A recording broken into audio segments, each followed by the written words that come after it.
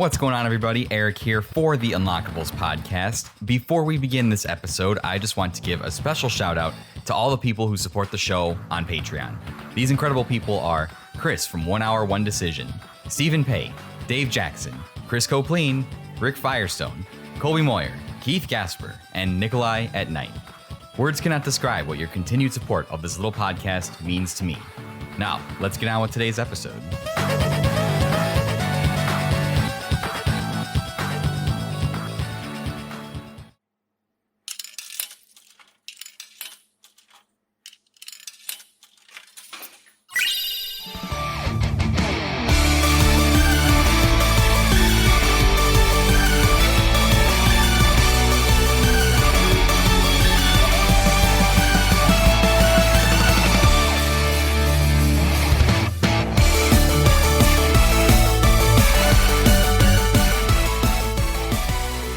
What is going on, everybody? Welcome back to another exciting episode of the Unlockables podcast, the story of video games, the people who play them, and the memories made along the way.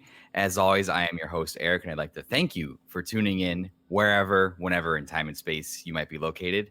It means so much to me that you would be willing to hit that play button and engage with the podcast. And with that being said, if the episode title and my little pun weren't enough, we're going to be talking about Fire Emblem Engage on the episode today, but I couldn't do it by myself, and we're burning the midnight oil here to get a venerable all-star cast and all-star panel of podcasters to talk about this game. So without further ado, let me bring them in. First of all, let me introduce you to a returning guest on the Unlockables podcast and a person who I had the pleasure of talking to earlier this year for one of his fireside chats. It is, of course, Nick from Friday Night GameCast. Nick, how you doing tonight, sir? I'm doing great tonight. Thank you, Eric. I'm really excited to be here. I'm incredibly hyped to jump on the Unlockables and talk about Fire Emblem with my good friend Alejandro, of course, joining us today. Really excited. Yeah, and first time here. Yeah, if Nick didn't spoil it at first, we also have another venerable guest and a fellow Fire Emblem expert on the podcast here. Host of a Random Gamers Corner is my good friend Alejandro. How are you doing tonight, sir? I'm doing very well, and I am just stoked. Like, it's like being a celebrity, except I know, like, we know each other, but like, I'm just like, holy shit, another person I follow and hear about a lot. Like, and now I'm getting to like guest on their show, but I'm doing very well. I'm just, I'm like trying to de-stress now from like rushing from work to like get to recording as soon as possible with you guys, because I know like y'all are like staying up way more longer, way in the future, staying up longer than you need to because of me. So yeah, I'm good overall. I'm honored to be here.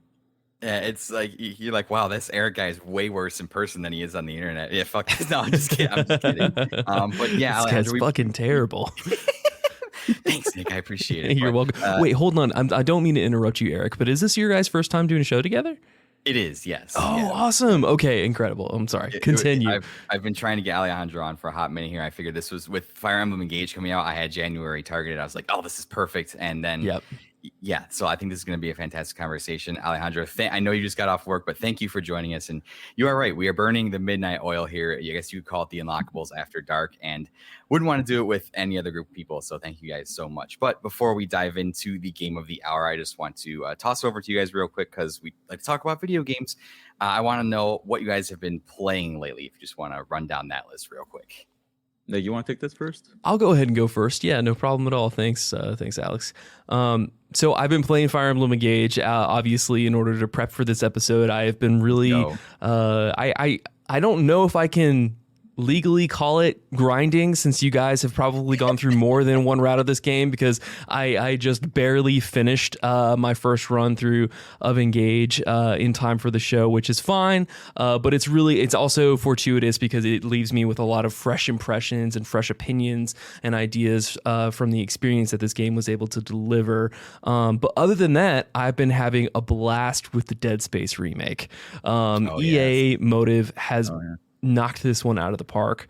If you're a fan of survival horror at all, or if you know about Dead Space but haven't ever gotten the opportunity to play it, this is the best that Dead Space has ever been. including both 2 and 3, especially 3. Obviously, we're not really regarding that in the upper echelons of what they were the original Dead Space 1 and 2. We don't talk but about yeah, 3. That's okay.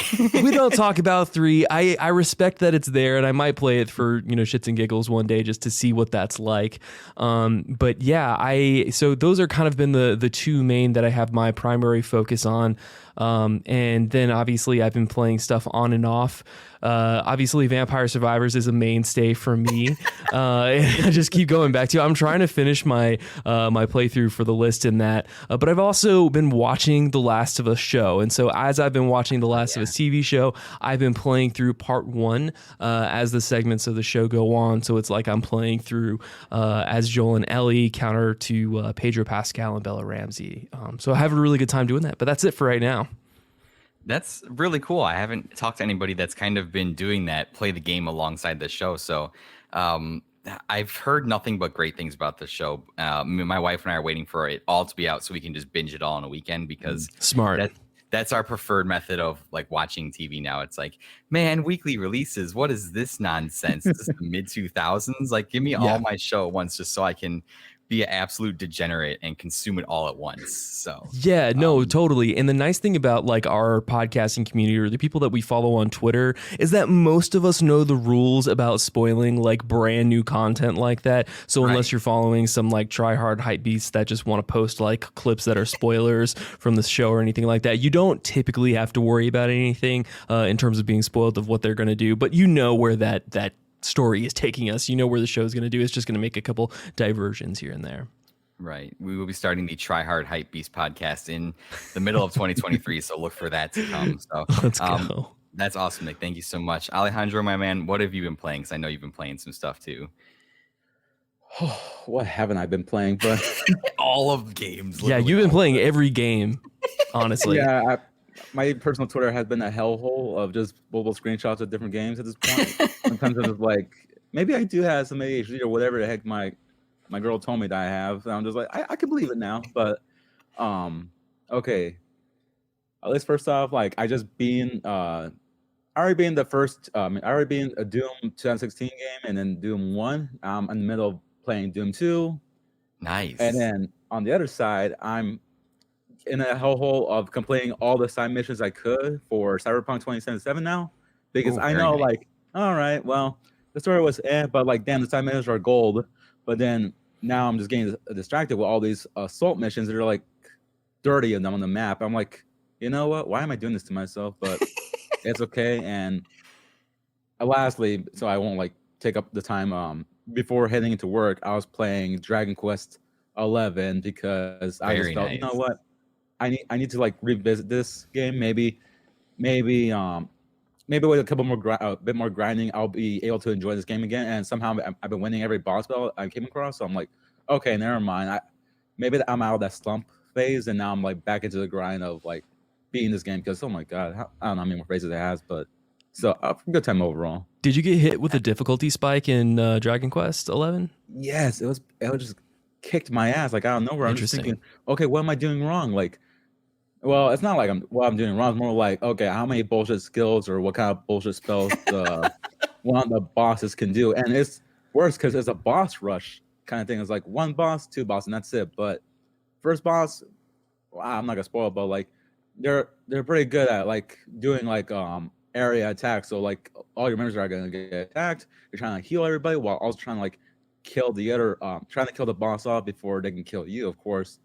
And then the second boss comes up, and all of a sudden, like everyone's like is like either getting seduced or they're getting confused. And on rare occasions, one hit KO. I'm just like, I am not having a good time, and I don't know what happened. I think 2 more levels of grinding, and I was able to beat the boss. And I was like, yo, yeah, 2 levels. That makes sense. That's gonna help out a lot. But right, yeah, I've heard. RPG.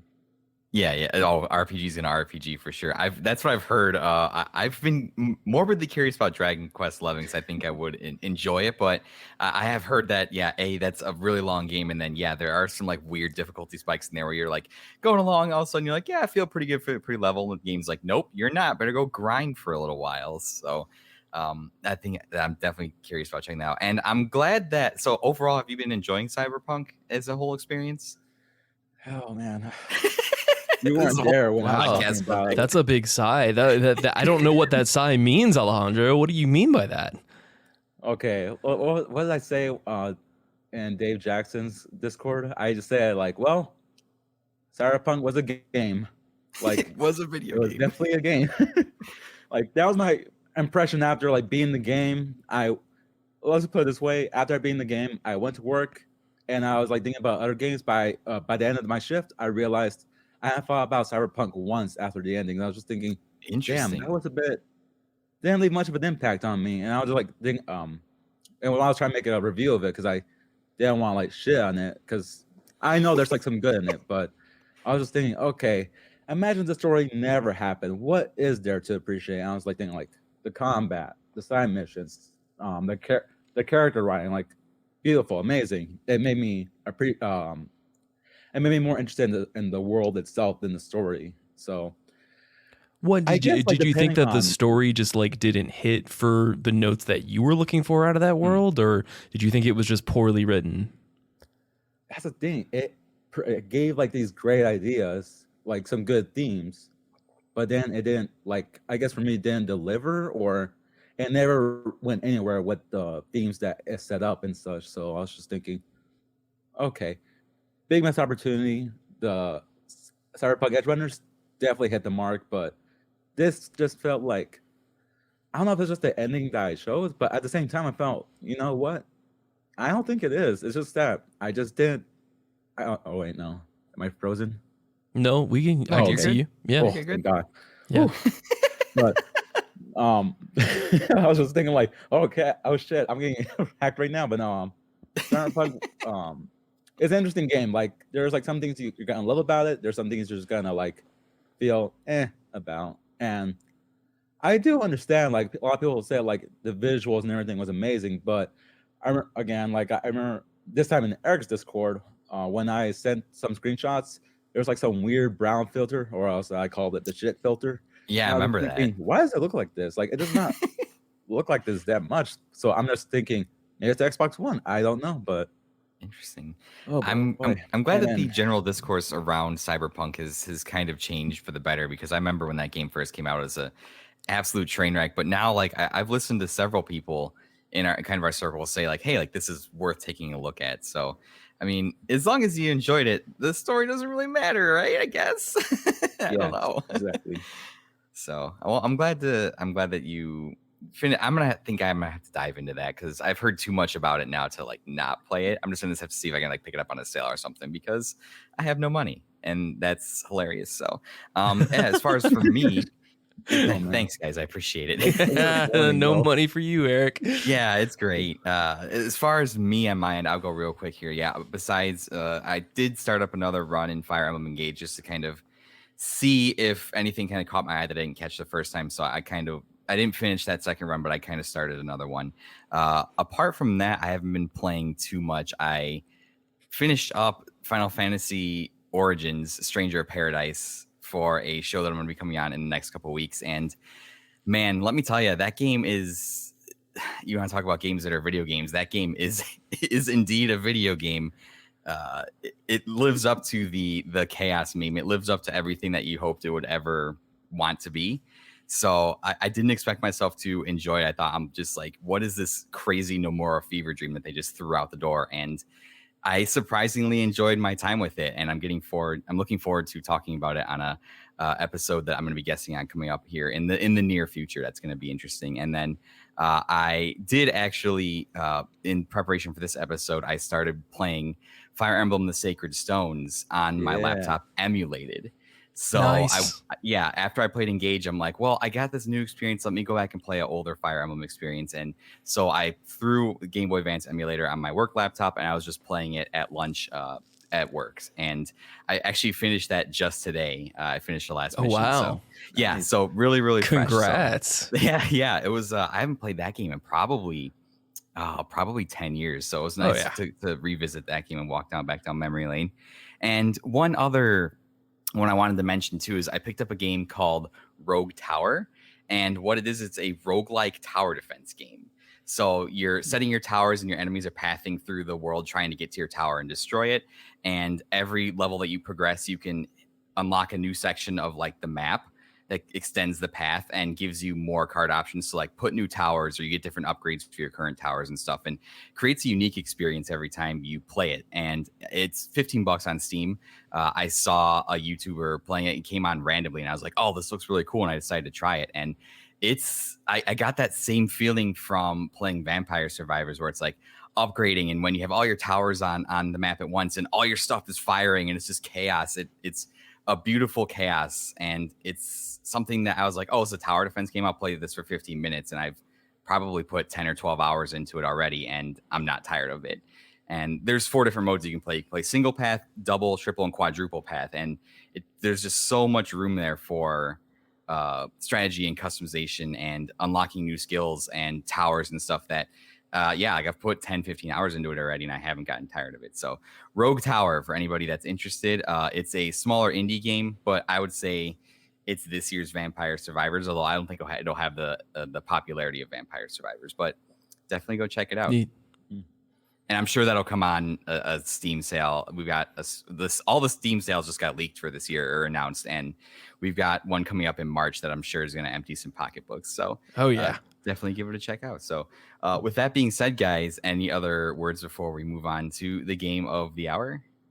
Well, I'm just jealous of any of you Steam players, because I feel bad whenever like indie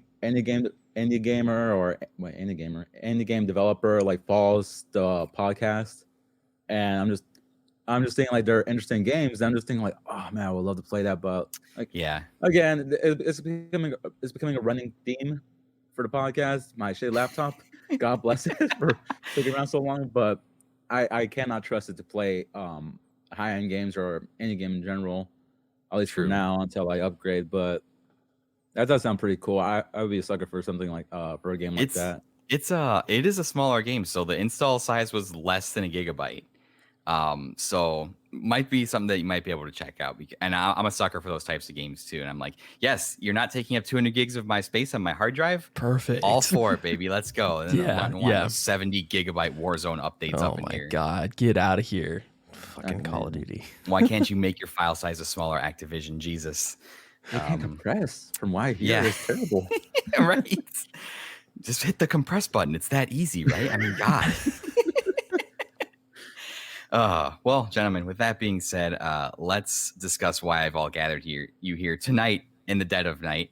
And if you don't know by the episode title by now, of course, we are talking about Fire Emblem Engage.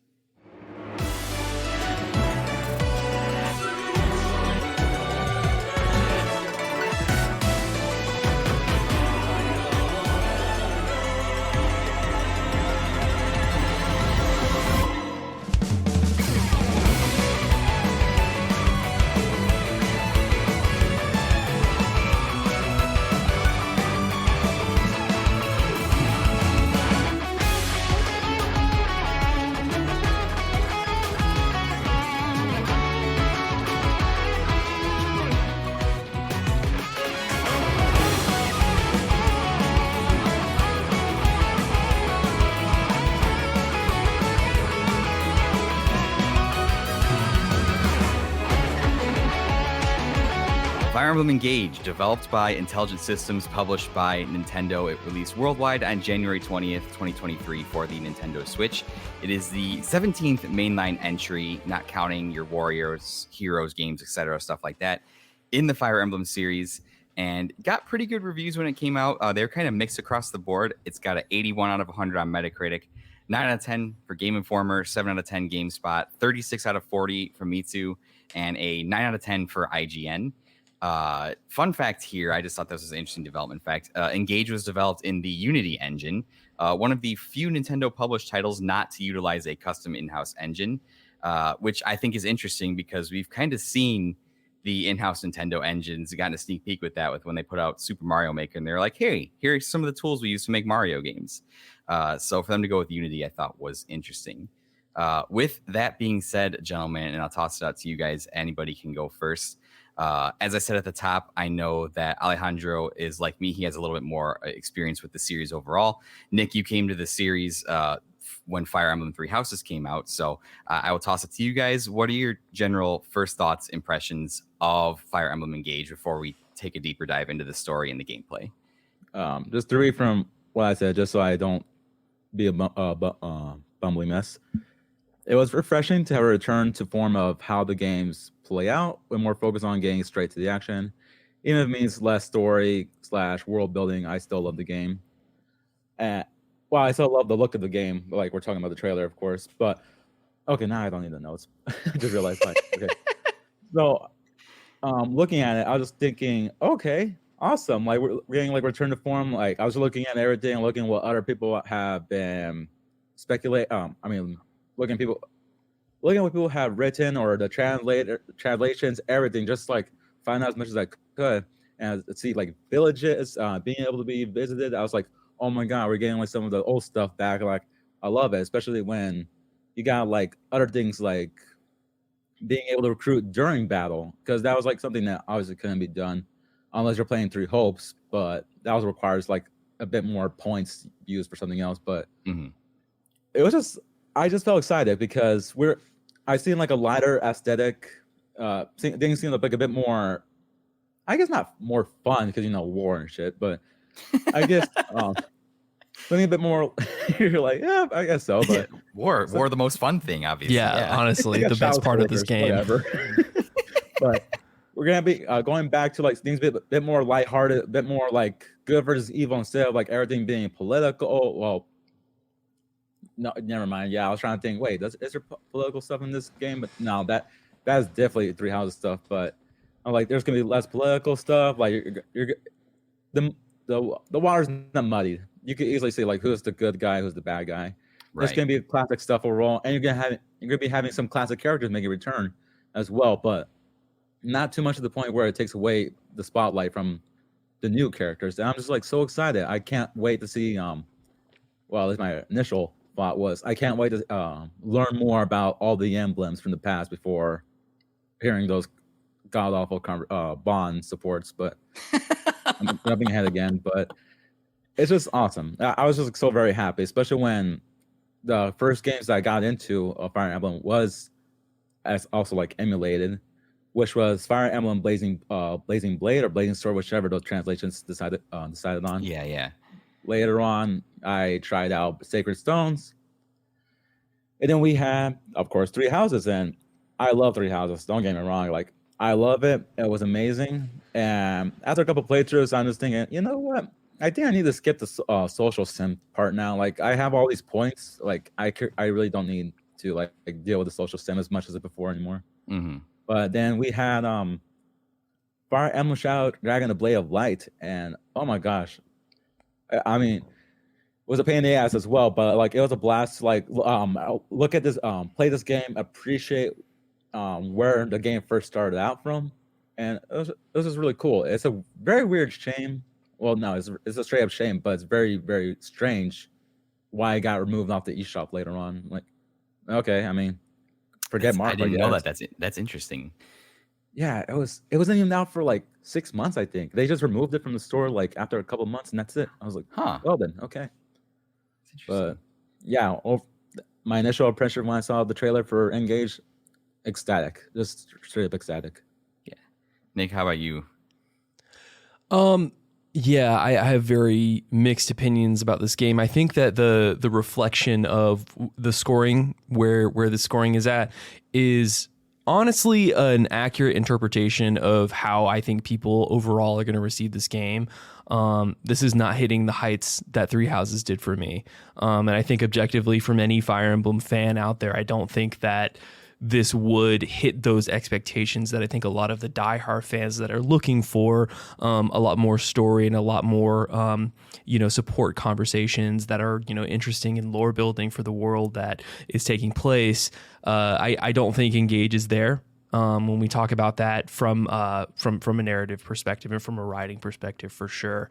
I really want to know who at Game Informer and IGN got paid by Intelligent Systems to give them a 9 out of 10, because this is not a 9 out of 10 game. I'm sorry for coming out so spicy, but yeah, I mean, GameSpot seems to land exactly where I'm at in terms of looking at this as a 7 out of 10, and I think 7 out of 10 is a little bit generous, considering how much the gameplay has to carry Engage. But overall, kind of just to reiterate a lot of the things that Alejandro said, I think that there's a lot of good to take away from Engage. I will say that I've had more fun playing this game on the Nintendo Switch than I've had, plenty of other games that I have on that console. And I find myself getting lost in just, throwing some meaningless type of, television on the TV while I have, Engage in my hands, and I'm just listening to something in the background as I'm going through a battle or as I'm thinking about how I'm going to make my moves. So it was a good game. My history with Fire Emblem, actually, just to be clear, I did start with Sacred Stones, which is why it's so exciting to hear, Eric, that you did. Okay. Yeah, that you picked that up. That was actually my very first introduction. It's a funny story how I got there, but that was my first introduction to Fire Emblem as a series. I dabbled with Blazing Blade. I had a cousin who had the N64, or excuse me, the GameCube at the time, and so he was playing Blazing Blade, and I played a little bit of that with him. Excuse me, no, not Blazing Blade, the Ike's game. Radiant Dawn? Radiant Dawn. Yeah, one of those. Radiant Dawn, excuse me. Radiant. Yeah, it was Path of Radiance, I think, was the one specifically that I got into. And so that was really fun. That was it. I mean, those were really good games. I am incredibly curious as to what Awakening was like and what Fire Emblem Fates was like. Both of those games really intrigue me because of, I think, just the art style and the aesthetic and the kind of what seems to be a much more darker tone to those games than Engage was. I don't know if Engage was a breath of fresh air for really long time diehard Fire Emblem fans. I can only imagine that it is, because the overall attitude and the tone of this game is positive. So I got to give it kudos for that. Because a lot of the times when you get bogged down in, kind of what Alejandro was saying before, when you have a lot of top-heavy lore and narrative that deals with incredibly heavy stuff like regicide or patricide, that sort of thing, parents don't ever survive any of these games anyway. So you kind of know that that's going to be bundled in with these packages. But I just think that overall, there's a lot of good notes that they hit on this game. None of them had anything to do with the story, and we'll just go ahead and run with it from there.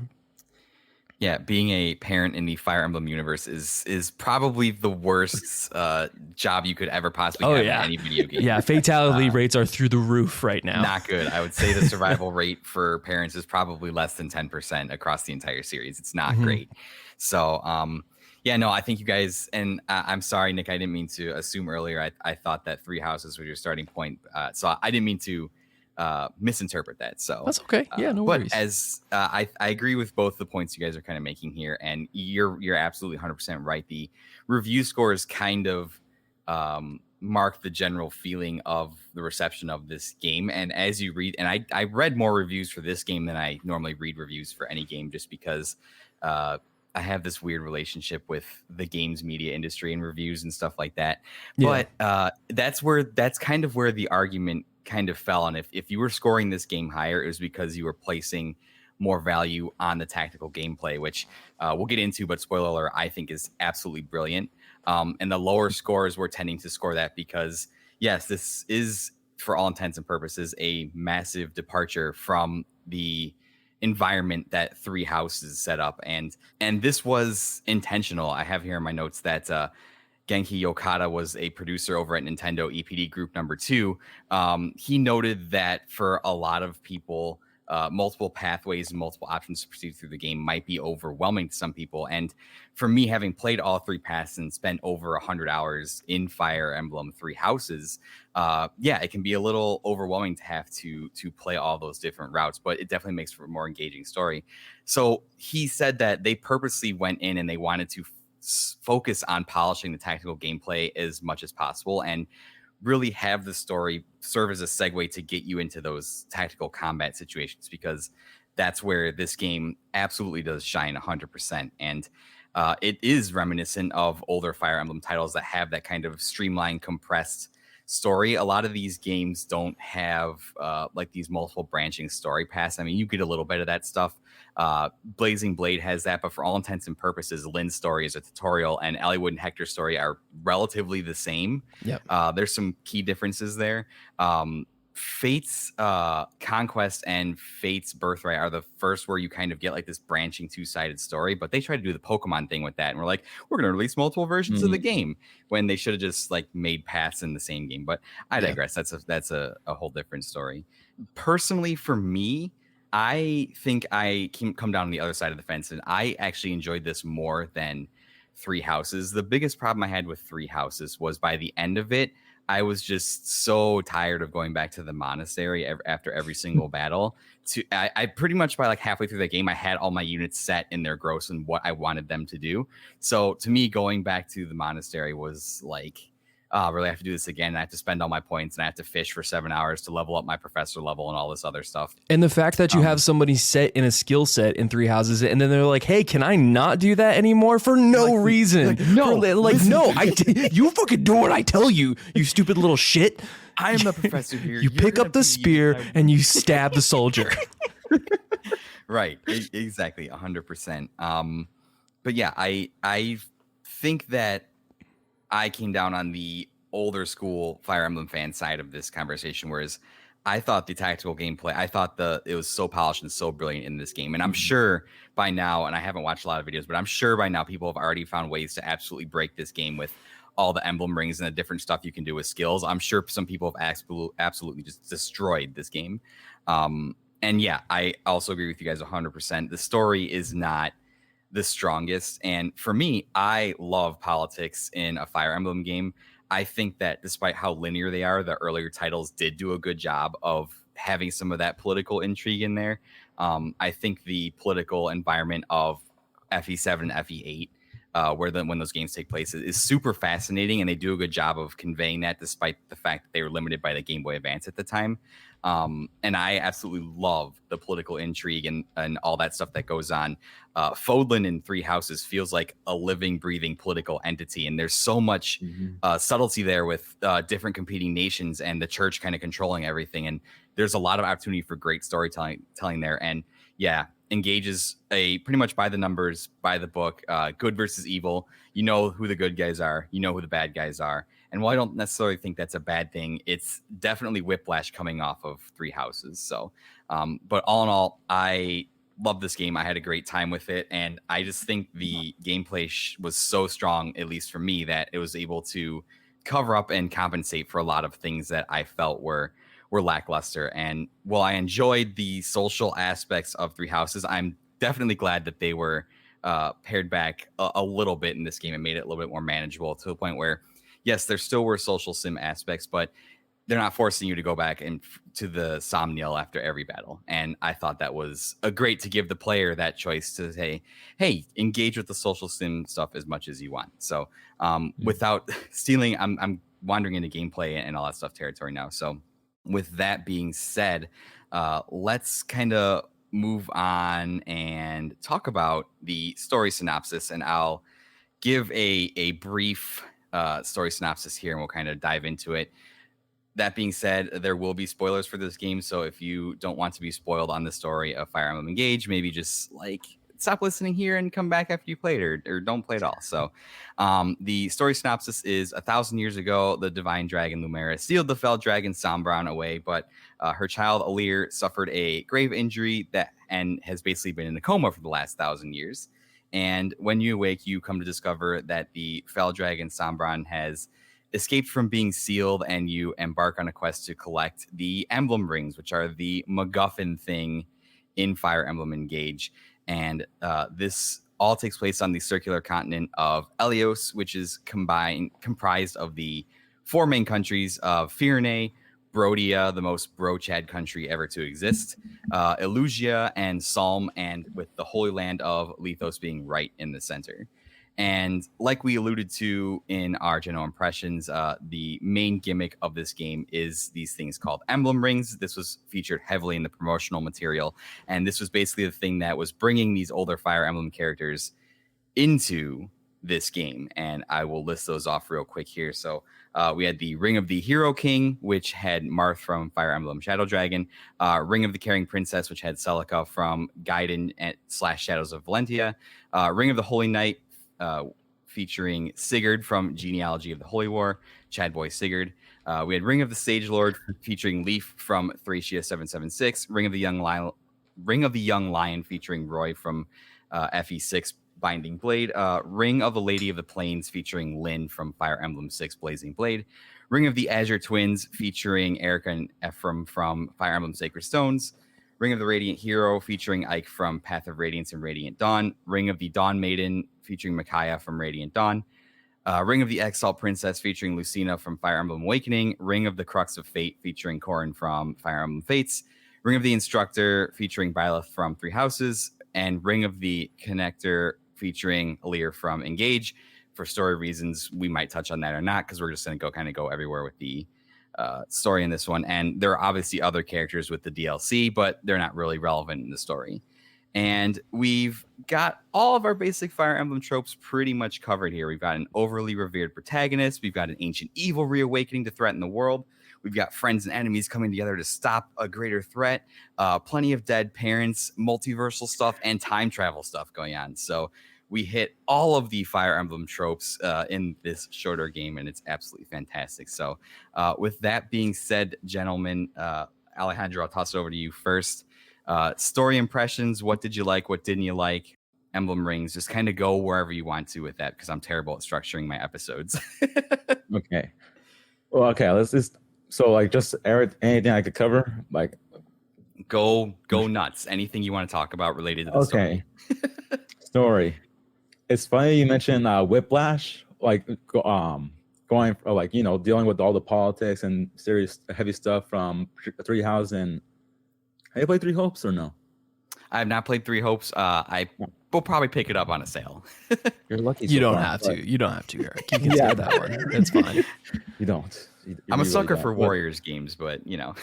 Original Warriors, yes, play that one. But okay, now Engage. For me, it was like a bit of a relief to like, okay, like tone things down a bit to like go into Engage, because I already knew what I guess in a weird way, I knew what to expect. I knew the story wasn't going to be as serious. I knew characters were going to be a bit more silly, but I was still hoping to God that they would still be well written. And luckily, despite the cringiness of some characters, for example, Flan, you know, the most popular girl for everybody, you know, right? Flame, yeah. Just me? I'm just kidding. Yeah, no, I agree. She is something else. Oh my God! But having flashbacks right now. The story, I sort of expected it to be like lighthearted, so I wasn't as hard on it. Though it is disappointing when they missed out on some world building, and when I say with just some, I mean like quite a bit actually. Like it's cool to like visit these places here and there. And I was thinking, oh, okay, cool. We could visit these. I mean, we could walk around in the map, walk around the battlefield after like the battle is done with. I was hoping maybe we could find some pieces of lore here and there. Like I thought that would be pretty cool. I mean, I would take that bandit. I'll take the opportunity to like lay pieces of info out here and there on some maps of like, hey, here you go. You want to like learn some stuff. But unfortunately, that didn't happen. And another thing, which I felt was a big missed opportunity, when later on in the story, there was like a continent that sunk. It was a continent, right? Or just a kingdom overall? Something like that. There was an additional landmass that was essentially like the Fell Dragons like kingdom or whatever. That sunk into the ocean, which is a pretty cool concept. But yeah, continue on. Yeah, I was just thinking, okay, why can't we just learn more about that? Like, whatever happened? Like, what caused them to all? I mean, pretty sure Sombron had a big part in it, but still, I wanted to see like what caused it to go back. Like, how was the whole political field of everything before Sombron came into the picture? Because apparently that mofo isn't even originally in this homeland. So I was thinking, okay, wait, now we're getting into more of his story. Like, okay, guys, talk about the story first. The story, I knew what to expect, but I still expected a bit more. So if you were to ask me, like, okay, like if you were talking about the world, if I were to rate the world building, it would be like a 3 or 4 out of 10. Like that's just me just trying. That's me being fair because again, I'm gonna repeat myself way too much, but I just knew what to expect, but I want some more out of this game because it's Fire Emblem. It's kind of like normal for even like some of the very few first games. Like they were still like bothered to like, oh, okay, so we got the kingdom of this going on, but at least for this game, like okay, we mentioned some of the names of the important big figures. We mentioned the kingdom, but other than that, we just only learned more about like, okay, how are connections back then? If you doesn't certain supports, I'm just thinking, I don't think you should like hide some lore points behind supports. At least that's for me. I mean, I feel like maybe that's just like a little bonus lore, but not like actual lore. If I were to like compare it to Three Houses, then yeah, I would say Three Houses wins, even though it's complicated with how you gotta play multiple routes, like all 3 or 4 if you want to be that try die hard to like learn about all the lore, to learn. Well, I just said it, yeah, like go through all the paths to learn the lore completely for the world for Fieldland. But then over here, we just kind of like we got everything we needed to know. It just like wasn't enough. Characters though, I fucking love the characters. I was just I'm just so glad. Like I love the characters. Like they'll be interesting, or some would just be weird. And I can see, like as the memes have said, as everyone has most likely mentioned before, Aaliyah really is the most normal person out of all these weirdos. Like their appearance, yeah, they're wacky, but holy shit, they really are like the normal people compared to everyone else. The most basic protagonist we could have ever asked for. Like they should have made her silent. Like at this point, like in my opinion, I'm sorry to interject, but like, yeah, I genuinely feel like that it would have come out more favorable in the end if they're trying to tell the story of this, diverse cast of characters that they do have on the docket for Engage. But it's just like what they did with Alir's personality and her story. It's just like you could have totally just made this like a fill-in, like a reflection for the player. Like you didn't even need to voice act it. So I don't know if do you agree with that, Alejandro? I thought they were fine. I mean, let's be honest, it's a celebration game, and I just knew that even with the weird hair, the hair colors, I felt like okay, there's gonna be probably Marth light, like like if you like take away less from Marth, like okay, what hardships has Alir gone through? Like yeah, they lost her mom, but like let's face it, that death in the beginning just wasn't well earned. Like they gave a great performance surprisingly, but it just didn't feel well earned enough, like for them to like cry out as much as like what did their memories come back? But no, it was just like they were just really they just really felt bad about losing very much a mother figure so early after waking up. So I'm just thinking, okay, man, it's really bad when I'm trying to like really think hard and try to give this game give some weird story decisions a chance. Like I'm just thinking, okay, maybe it's like waking up a child for the first time or whatever, and like okay, yeah, it's a grown ass adult, but like they're like very naive. They're trying to get used to the world. All of a sudden, they lost the mom they lost a person that they're supposed to call mom, and such. And now they're trying to, and they're not like going to be all used to like fighting and everything. Like, I mean, it's a pretty funny moment of saying like, no, we run when Vander wanted to throw hands with those monsters in the beginning of the game. And I was thinking like, you know what, makes sense. Like, why the hell you want to fight these creatures that you hardly know about in the first place? So, I don't know where I was going, but all right, characters, of course. Characters are fun. I think some of my favorites were like Panette, her brother Pandreo. I think it's Pandreo. Like that fucker is weird, but I love him. Like the fact that he almost gets everyone to fucking howl, and even when you're selecting him on screen, he fucking howls as well. It was just endearing. Or also like Ivy, just a weird bumbling mess. Like you thought, like okay, she has a cold demeanor about her, but no, she's a bit of a dork. Just I just felt like I could find something likable about these characters, which I'm just glad about overall. I don't think any of them feel cheap in a way, but fuck, I think Goldberry is a special case of like, holy shit, I don't know how to feel about you. Like you're the most narcissistic piece of shit around, but you're entertaining while doing so. So I think that balances out. I don't know. Combat, I fucking love the combat. Like I feel like they added more than what I was expecting. Because okay, shit, we got some wolf units. That's freaking awesome. Like other than just the cool factor, but the critical animations. Oh my god, it just like threw me back to like the old days of what was it, 8 bits? Fuck, I always forget like how many bits those were. But you know, the Game Boy Advance days when those little animations were just like the coolest things to ever see. You know, those ridiculous to see a horse like jump up into the air a perfectly timed with Raph like firing off an arrow, of course.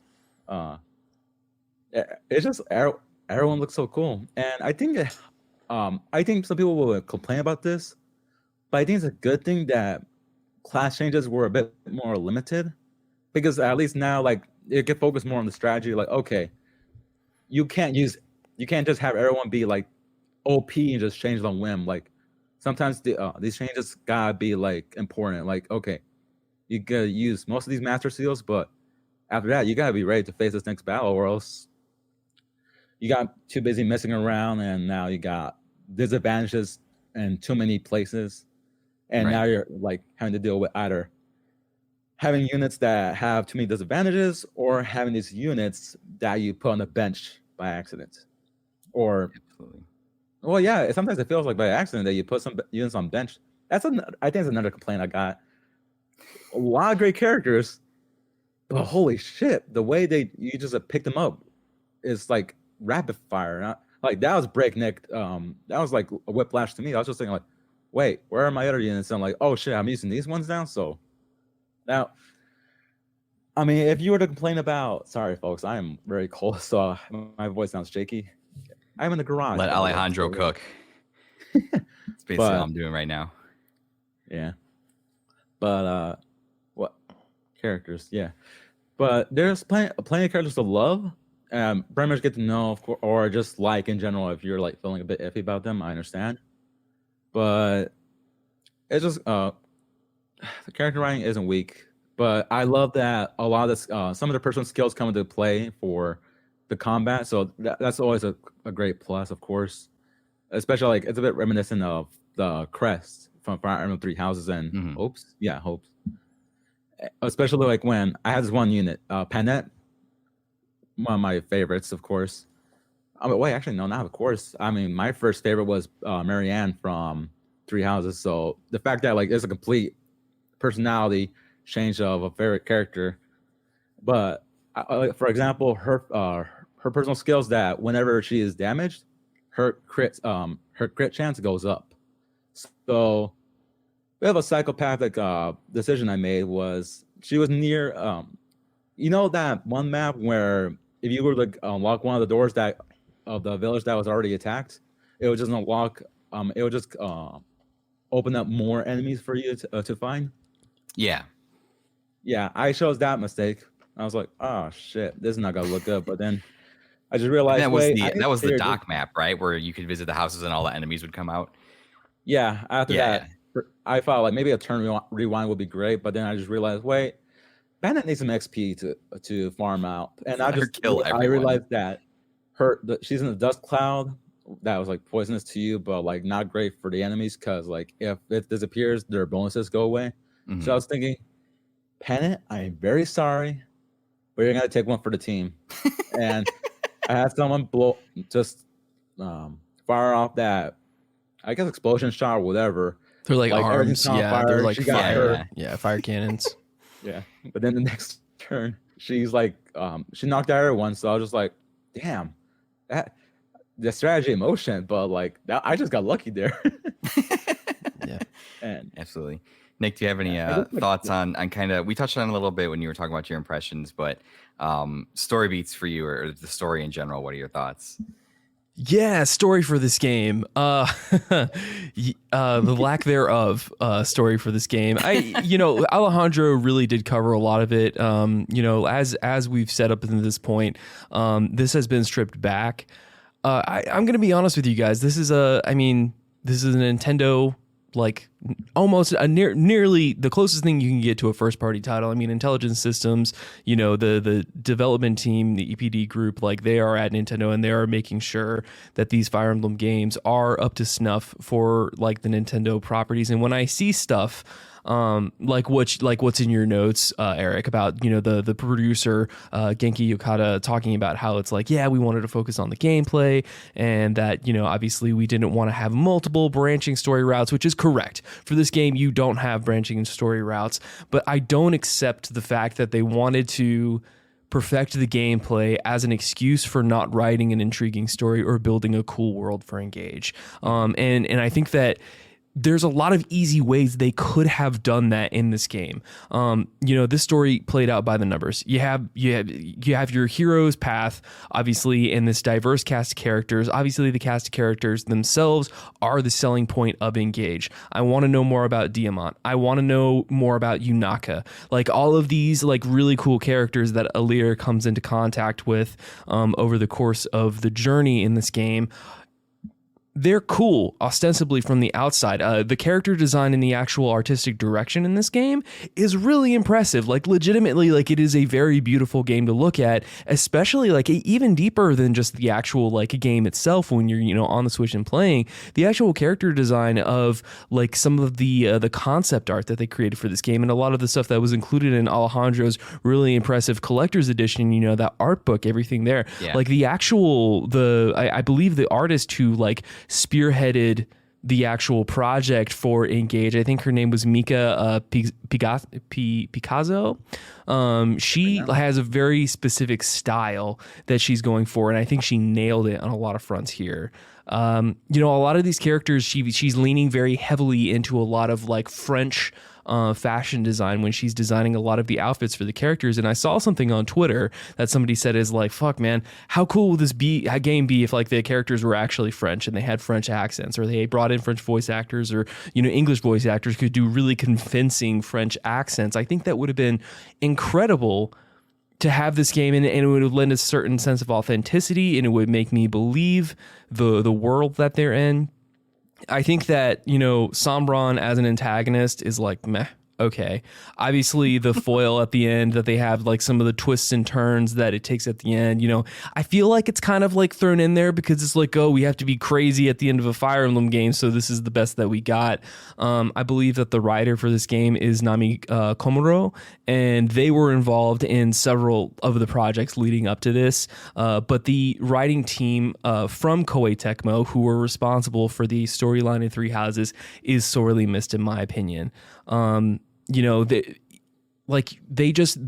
made the most vanilla, the most basic characters with two-dimensional motivations. Everybody's parent dies or gets threatened to get killed. Literally every single character in this game, whether it's like the royalty in the houses or it's like the random people who are attached to those royalties, their parents got slaughtered by bandits, or literally like the main characters, like parents, like get killed by the bad guys in this game. I think the Four Horsemen, the antagonist of this game, again, interesting character design. I think it's really cool. The one guy's a straight up sadomasochist, which is hilarious. As always, we always need at least one of those in a JRPG, right? And I think that there is enough there and enough clearly enough of a cast for you to make something interesting. But what they didn't do in terms of the voice direction, in my opinion, is they didn't let people go crazy. If they let some of these voice actors go a little bit bonkers on these roles and have the actual like the writing for the characters and their motivations be real and connective, this game could have been an outstanding hit. This could have been like a title that was in the entry of like some of the upper echelons of any Fire Emblem that we've ever gotten.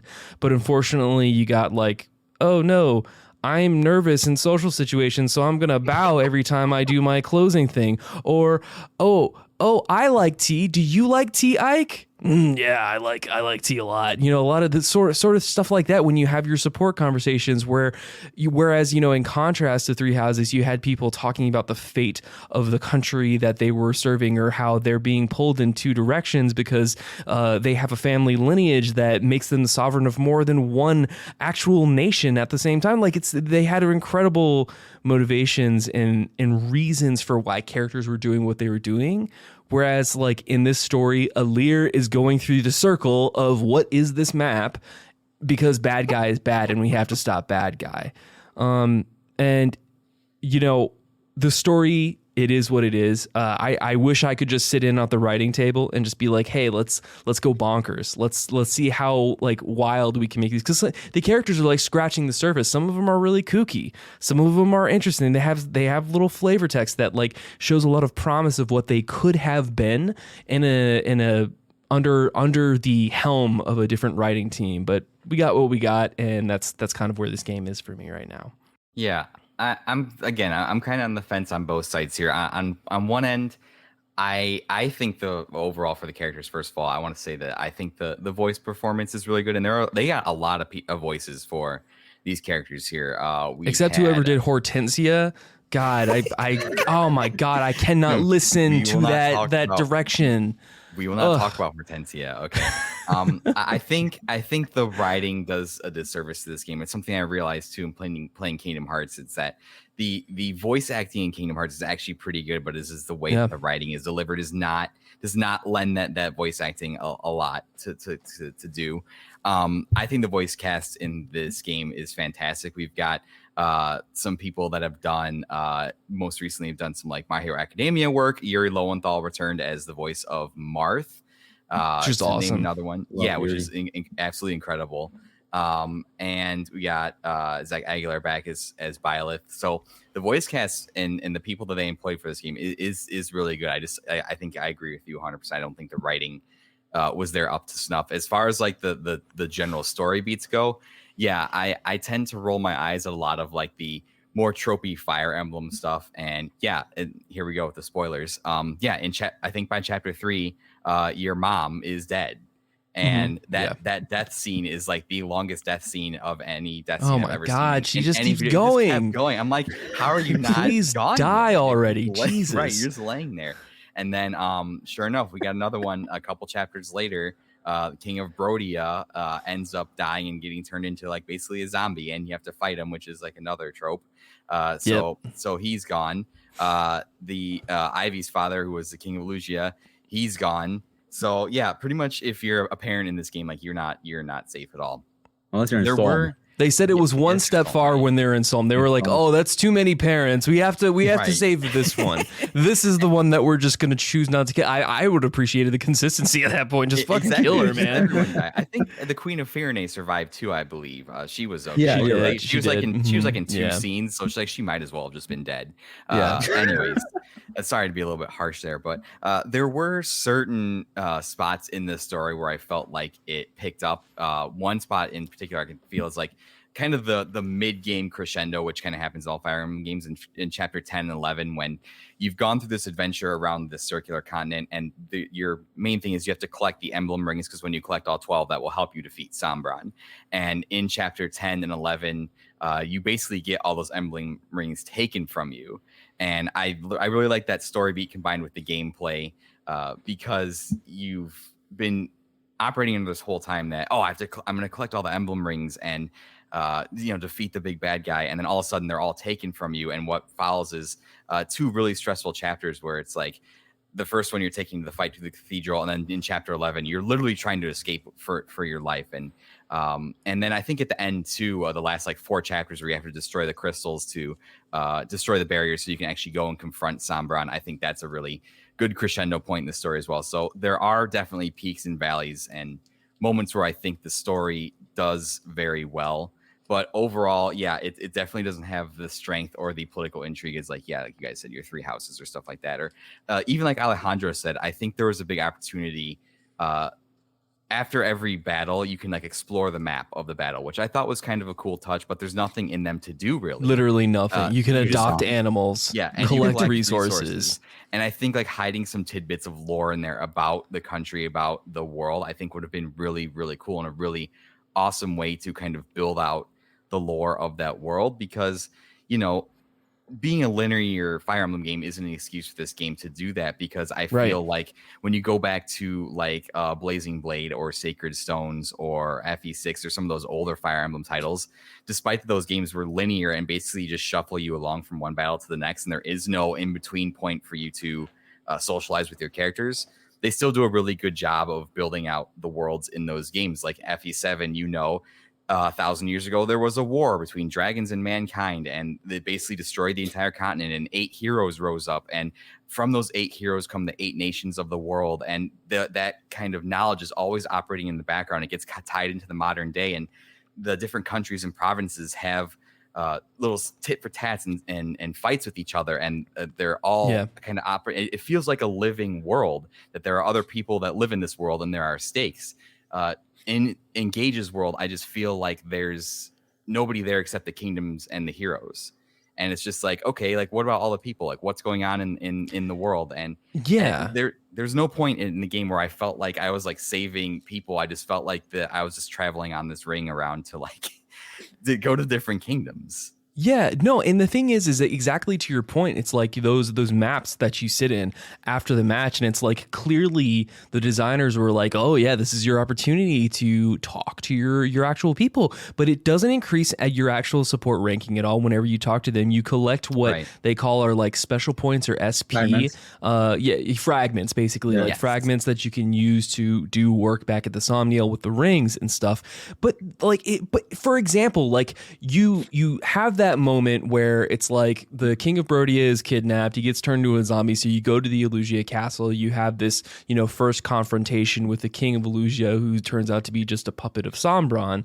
And the way that I played this level is I got Diamant to really go up and just basically wipe out his dad, right? To just kill him, you know, put him down, you know, put him out of his misery, that whole thing. And the fact that you have that, and I think that there, you know, in the actual game itself, the text that you have from the king, and then obviously the interaction between, you know, Diamant and his brother, whose name escapes me at this point. That's Alchrist. Alchrist.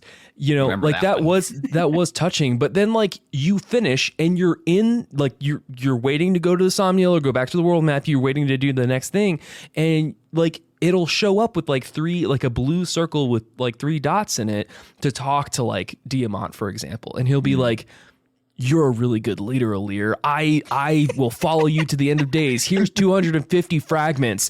And it's like, bro, you just killed your dad. Like, do you have anything else to say to me about that? Like, it's basic stuff like that. Basic stuff where he's like, where you could have like the character literally just look crestfallen and then say like a heartbreaking line, like a really like punchy one-liner, like I never want to fight again or something like that. Right. And it actually means something, and it make the world feel real and lived in, and like you were saying. And again, like, you know, we talk about this diverse cast of characters and the fact that it's a light story.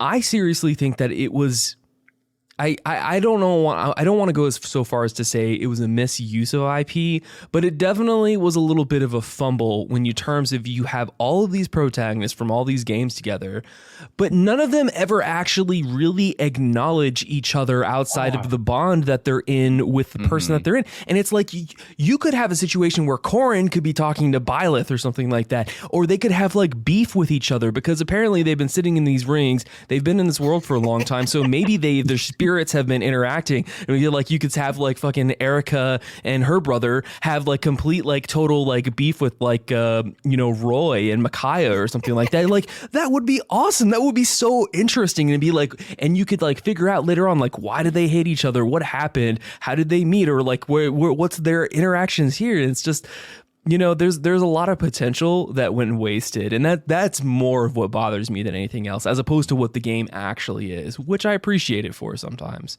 True. Yeah, man, I got to rant about that now. Go ahead, Alejandro. I saw you react to it, so yeah, go ahead.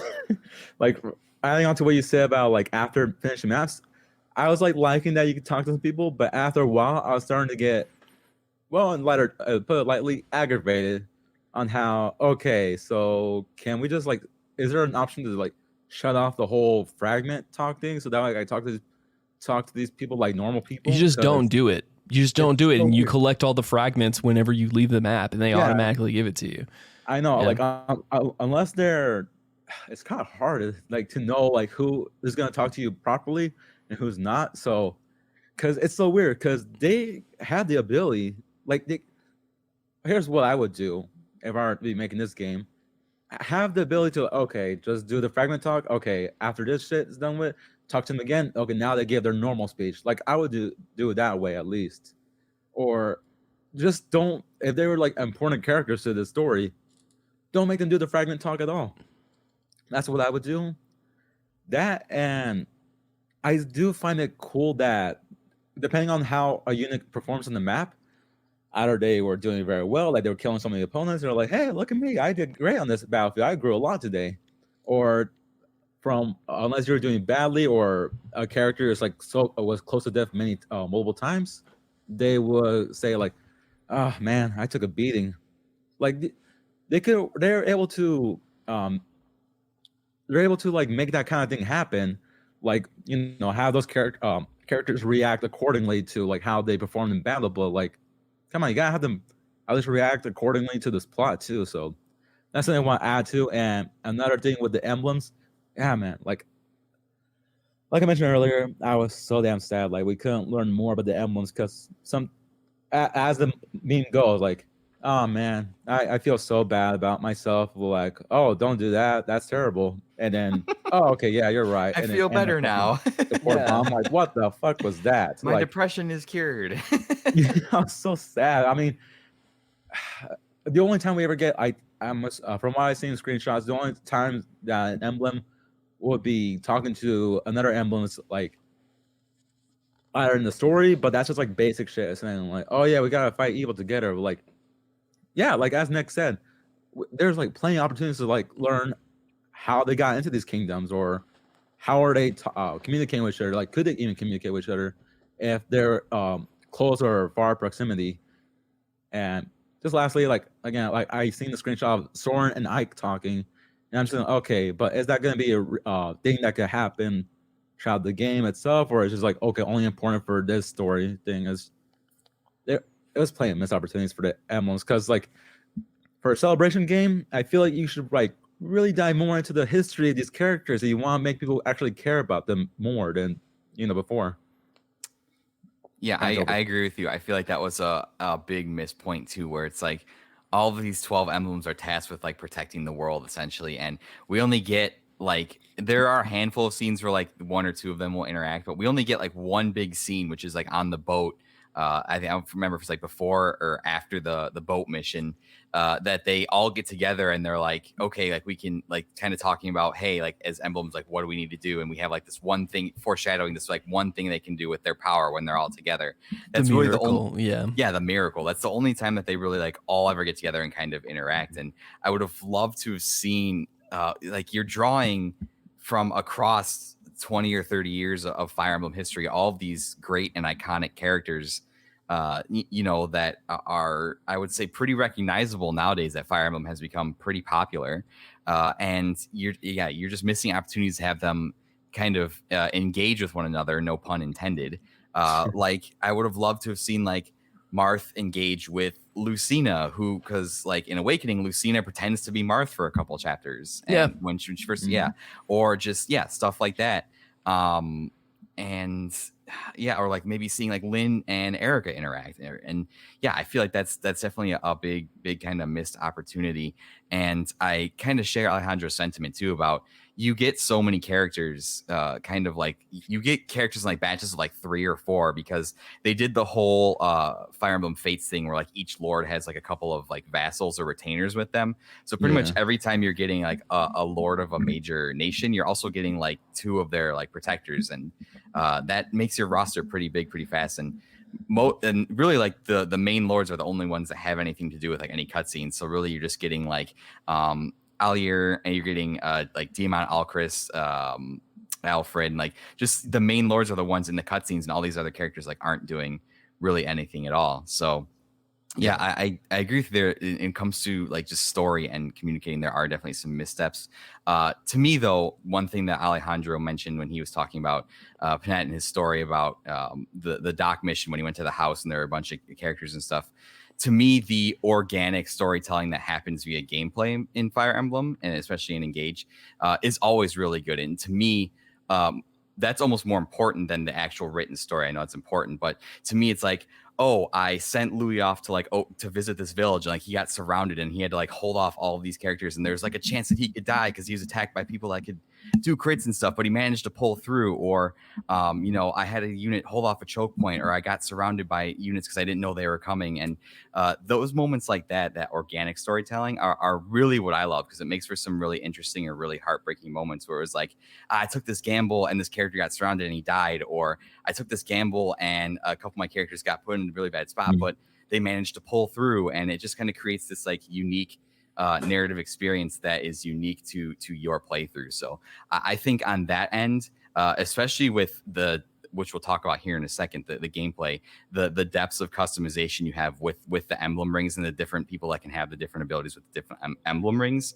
that organic storytelling that happens via gameplay is infinite, and there's a bunch of unique ways that can happen. So I really enjoyed and love that aspect of it. So there's a lot we could say about this. I think that we all tend to agree that story, not this game's major strength. I don't think anybody that you talk to outside, like that's either in the Fire Emblem community or looking in from the outside, would disagree with that.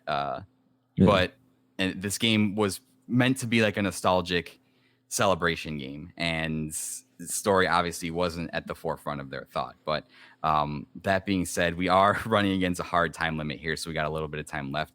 And I do want to shift over to where I think this game absolutely shines, and that is the gameplay. Just to kind of give a brief synopsis of some stuff that came back in the gameplay here.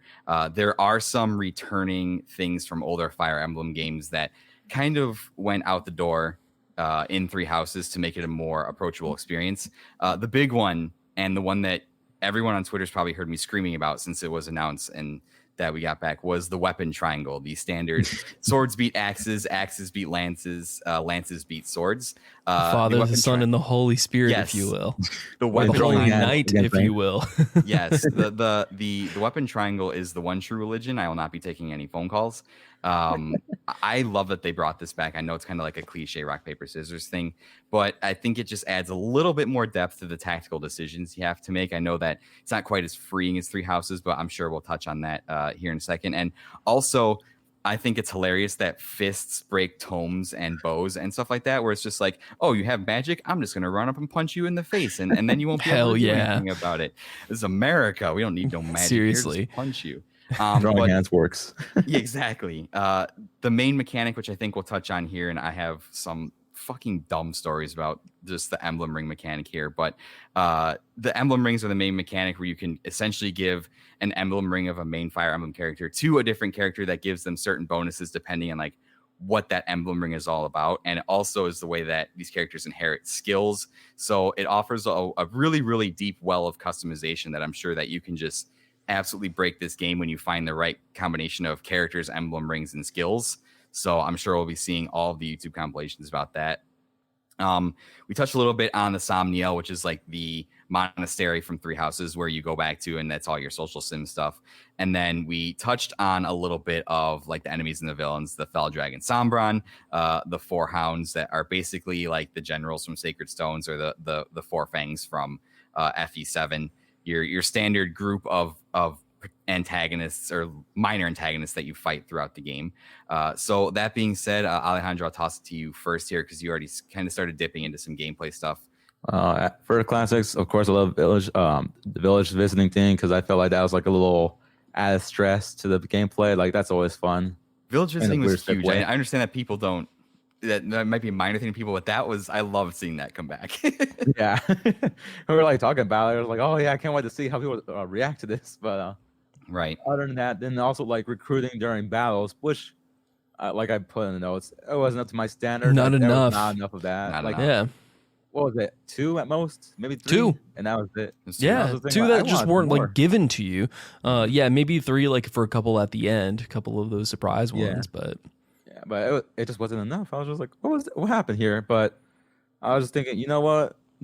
Maybe a hot take, but the next Fire Emblem game should be about mercenaries.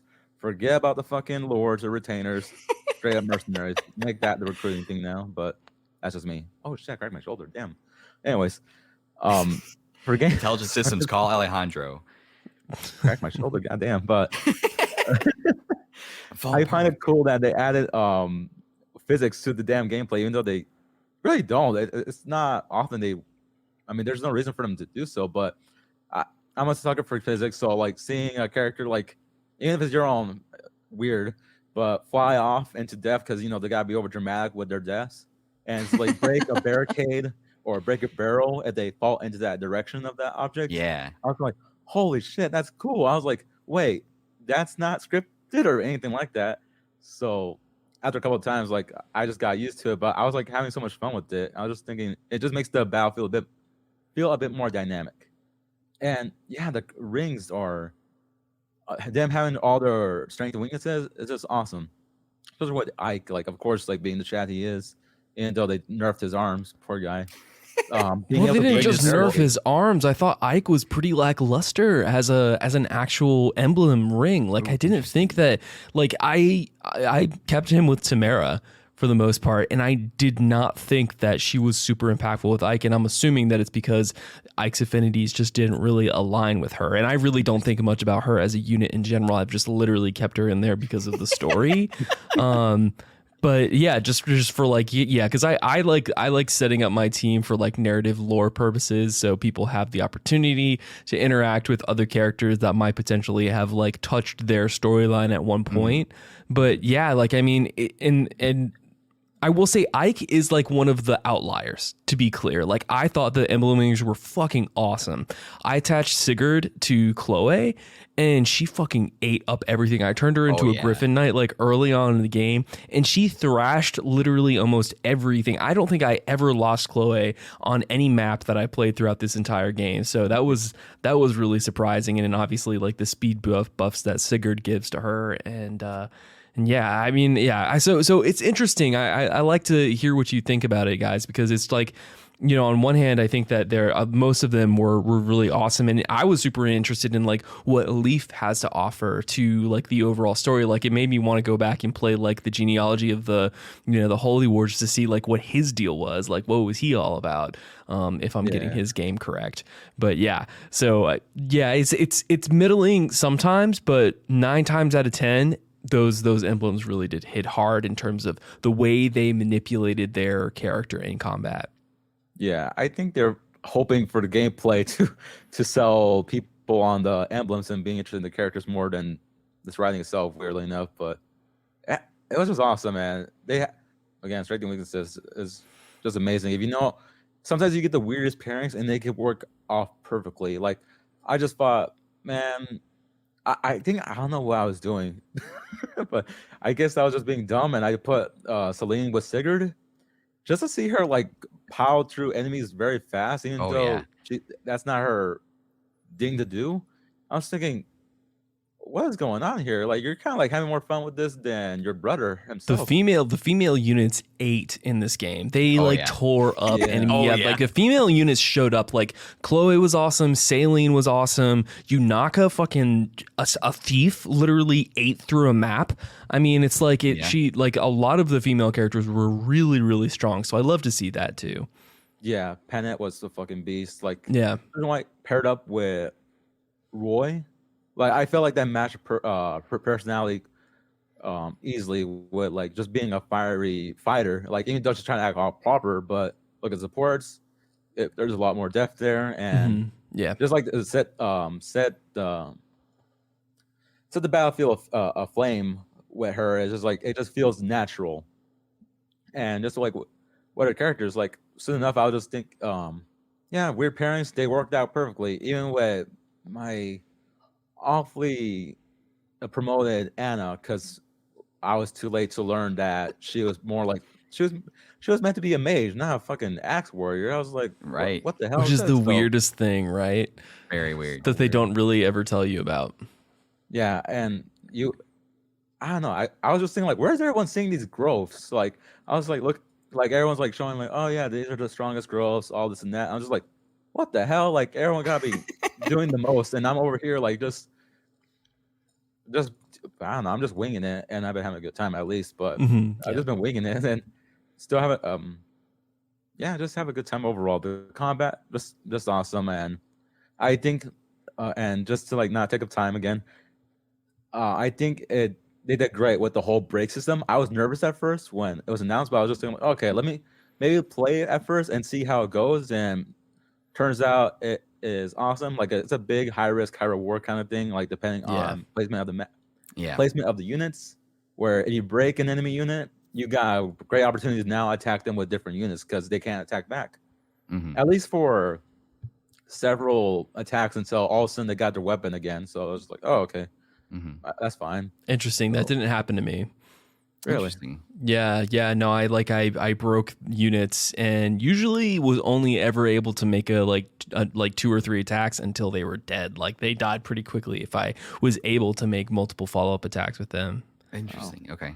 Well, I guess just to be clear, that was a leader that got hit like multiple times, but then all of them got his weapon back. So I'm just like, I guess a leader is just cool like that. I guess Yeah.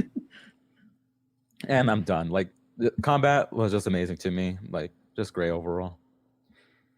Yeah, I think that from a tactical RPG gameplay wise, this was the most fun I've had playing a Fire Emblem game in probably a long time. That includes Three Houses. I think that Three Houses does a good job of making its gameplay more accessible to newer fans, which I think is great. But I do like a little bit more of the structure that is like, okay, your units are on this predetermined path, and this is the end of the path they're going on. You have to kind of build your army from there. I know it kind of takes away from the customization of being able to have like whatever units be whatever class you want, but that is still possible with the emblem bonding system. It just takes a little bit longer, usually a little bit longer than like you can get in one playthrough, which I know, Alejandro, I'll circle back to you, but that's one of your gripes there. Nick, I'm surprised because I actually found Ike to be one of the most useful emblem rings. I slapped him on Diamant, and he just destroyed, especially when he has the one ability where if you can move forward and then you can use his emblem ability, which is like where it increases his defense and resistance, and he can't move for like a turn. And then after the next turn, at the start of the next turn, he does like an AoE attack that like hurts everybody around him. Aether smash or something. The Aether. And basically the strategy being is you want to move your guy in the middle of a bunch of dudes, pop that so that your defense is high and you don't get killed, and then they all swarm you, and then the next turn they all get annihilated. So I found that to be really, really effective with Diamant. It was the point where I just like send Diamant into like the middle of like 30 guys, and it was just that's awesome. Carnage. The other one I had that was absolutely, I felt like was broken. I got to give a big shout out to my boy Louis in this game, because armor knights are not traditionally very highly thought of in Fire Emblem games. They're actually kind of just because how slow they are. But Louis was the fucking MVP of my entire game. He was such a Chad for the whole thing.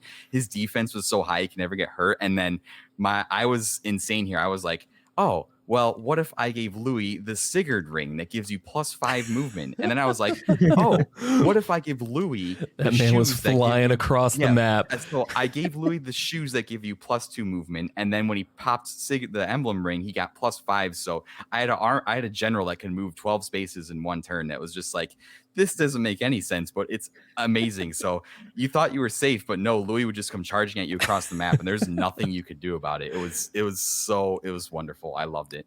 Lightning Bruiser. So, yeah, it was stupid, insane how broken that was. But yeah, certain emblem combinations did seem to be stronger than certain others. Like, yeah, having Icon Tamara just felt weird to me. Yeah, it was weird, which doesn't make sense because it should feel good because canonically they gave her the ring. Exactly.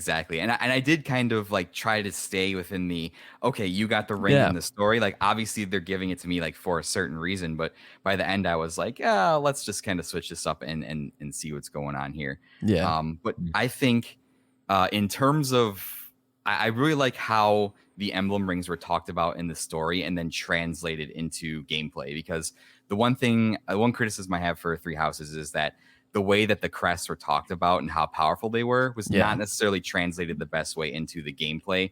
Whereas like if you equipped a crest, you'd get like a plus to like attack or a plus to damage or a plus to something. Whereas like the emblem rings are talked about as like these are the most powerful things in this world. They change the course of battle, and the emblem rings really felt like they did that. It was absolutely incredible to the point where it's like, yes, the powers that these emblem rings provide to the characters you equip them to can drastically change the outcome of a battle, and they should be like that because that's the way that they're talked about in game. It would be stupid if, you know, they talk about like, oh my god, the Ring of the Hero King is so powerful, and all it does is give you like +5 to hit and +5 defense or something. So I'm really glad that they implemented this in the way that they did, and I'm curious to see how much this comes into play for like I really want to do like a harder run, like a maddening difficulty or whatever it is. Yeah. With these emblem rings on, just to see like how much they impact the fight. So I really like the way that the rings were talked about in game and then implemented into the gameplay. I thought that was really great. And I really like too, one thing about the emblem rings that ties into the story is going back to my point I made about chapter 10 or 11, whereas like for the first 10 chapters, you're gathering all these emblem rings and you have about half of them when you get to chapter 10, and then they get taken away from you. Yeah. And the next chapter, you don't have any to like utilize. Yeah. I think it's cool how like they're like, oh, you've been building your playstyle around these emblem rings. Well, now you have a chapter where they're all taken away from you. Yeah. They forced you to think again how you play with people. And that really fucked me over because I had the Celica ring on Yunaka, which I think is the ring that she gets during her mission that you meet her. Yes. And that gives her the ability to use staves and to heal. So I was like, cool, Yunaka can just be my healer because she has the Celica ring. And I took the healer out. And then when the Celica ring got taken from me, I didn't have a healer for that chapter 11. So I was like, oh no, it created this really cool like narrative thing where I felt like I really have to be careful because I don't have a healer now. So I have to like plan very carefully. And it felt very much like I was escaping with my life.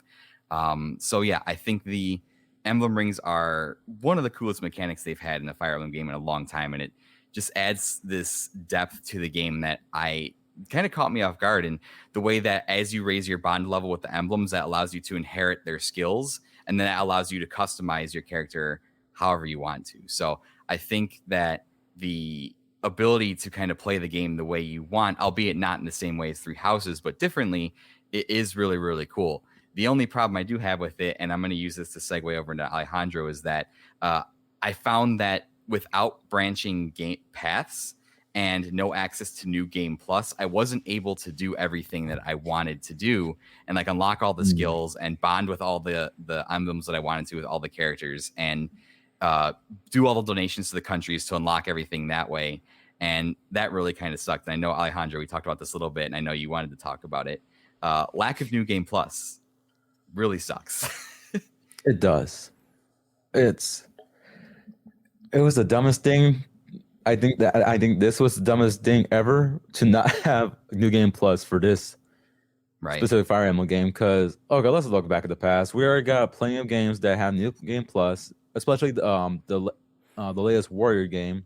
So it's no brainer to have a New Game Plus for this one, especially when things are pricey for this game. Like, holy shit, like what are the kingdoms doing if they are asking you for like 50,000? Like, oh, okay. The economy is all messed up in this game. The economy is messed up and you don't get enough rewards for all of the story. There are plenty of story missions where you don't get any gold at all from completing it, which is completely contradictory to the way that Three Houses kind of had it set up, where it's like, even if you do little missions, you walk away with like, you know, like a huge bar of gold or something. And the church funded you every month. They gave you money literally every month for school activities. Yeah. So, and then you got gold skirmishes. Like, sure, those help out a bit. Like, at most, like 5,000, maybe. That was going to be my question. How much did you guys grind in those skirmishes and stuff like that? As much as I needed to, not as much as I wanted to, or else it would be taking too long to play the game. It was literally just a necessity for me at one point because I knew I had unlocked like new weapons, like steel weapons or maybe silver weapons, and I knew I wanted to buy a couple of those to equip them to my like favored units, and I like ran through a couple of like those gold scenarios and just like beat them in the old maps and stuff. But yeah, it seemed like very much I didn't enjoy.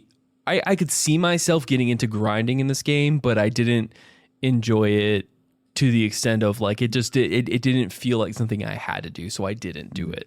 Yeah, with the grinding, I was kind of grinding to make sure I stayed even level with like the level requirement of the story mission, because it tells you going in kind of what your level should be. Sure. But I found some of those later skirmish missions were getting pretty tough, and I lost a couple units in these skirmish missions where it totally caught me off guard. I didn't catch it, and I think that's their way of like them acknowledging, be like, hey, we don't want you to just like grind and be able to easily blast through this game. And that is one of my criticisms of my recent playthrough of Fire Emblem Sacred Stones, is that they made it way too easy to grind up units with like the Tower of Valny or like the infinitely spawning monsters on the map. So I think that was their way of like keeping you at like kind of consistent with the level pace of the story, to make sure it was like challenging, but you didn't completely like steamroll it, but you weren't going to like completely die either. And I agree with again, what you guys saying, that the economy in this game it feels very strange in the way that the countries are asking for money and like the rewards you get for doing certain things. And I think that I feel like they knew that, because one of the things that they took away, which I'm very grateful for, is they took away weapon durability for everything except staves. Oh, thank God. Yeah. Yes. My goodness. Yes. I was so happy to see this. I'm like, you mean I could just buy a silver sword and have it? That's fantastic. I love that so much. Yeah. And I really think weapon durability, that's a product of bygone era. I think that's fantastic the way they handled that. There was durability in Three Houses, right? If I remember correctly. Yes, There wasn't magic tomes though. You just knew magic innately and had a certain number of magic uses per map. So there were tomes. It was just those did not have a usage limit on them though. Okay. Yeah, I forgot the way that worked, but I think that they knew that, and that they were like, oh, if we get rid of weapon durability, then you have plenty of money to spend on other things. It's like, well, no, I'm basically like propping up all of the governments of the world by donating money to them. So no, I don't have enough money to unlock everything in a first playthrough. Yeah, it's ridiculous. Like that's why I currently, after I beat in the game, I made sure to at least keep my original save open. I'm just grinding up as much as I could, because one day I will play the DLC, but who knows how long that's going to be. But I just feel maybe one day they will add a new game plus, but when they do they will. I'm going to use that shit straight away for the original save, because I do not want to go through that whole playthrough again. Trying to get as much gold just to just give it away to these ungrateful people. Like, oh, you want some you want these garments? Here you go. Like, thanks for all the 50,000 gold. I was like, wow. Oh, cool. I can have a bathing suit for my person now. That's awesome. That's great. Love that. Thinking, like, who's the villain in this game again? Yeah, right. Capitalism is the true villain. Right. Long live socialism. Last but not least. Oh, sorry. No, go ahead. The last thing I was gonna say was that it would also help with bond supports, because I noticed that they're sort of harder to build up this time than before. I'm just thinking, this is kind of weird. Like, you think to be a bit more laid back with building up supports, but it took me almost like 3 chapters away from the end to finally get a support with someone. So I was like, that's crazy. But that's it. That's all I had to say. Sorry. Yeah. I think that it's like, it was really interesting, and kind of just to play off of what you guys were saying. Obviously, like the economy was really weird in terms of like what you're able to do at the Somniel, and like thematically the Somniel is also a little bit strange, because like they interweave aspects to it. Like, obviously, like I think it's cute, like the working out sections, like that's cute. Sami was like one of my main pulls, who's this cute little like bunny dog character who's like this little like demon or something, but he's this little tiny cute yokai. He's blue and white, basically dog that follows Alir around the map as you're running, and it has a little whoop whoop whoop whoop as he's like following you through the map, which is super cute. And so I love feeding him and petting him every time, because I want to get my meter with him at the max and see what happens when it actually gets like maxed out for him. So that's something that I am going to be working towards. But Yeah, I think that it's really interesting to think about this game and kind of take a step back and see like what they were doing with it and where they're going. Especially in terms of the combat too, because of how intense it was at times and how purposeful I had to be in like playing around with the different emblems. Like for example, like you guys that were talking about other things that happened during your playthroughs, but like with Alir, again, this is going back to like the cast is way too big. Like you didn't need a cast that was this big. You probably needed like 50% or less character, like 50% or more like characters completely removed from the game entirely. Like I could almost just take the lords by themselves and then have whatever equal number you need to include all of the Fire Emblems that you want, and then just have like the main focus be the emblems themselves. But yeah, like I took Alir from Marth, maxed out Marth, and then in that, after you like obviously all of your emblems get stolen, she was given like Lucina during that fight, and I kept her with Lucina, maxed out as Lucina. But then I actually had Byleth on Diamant at one point, which was really interesting. It was really interesting playing with him in that way and seeing how he was able to do. And his character actually looks really cool because Byleth's character, when you engage, turns people's hair color to purple. And then I switched it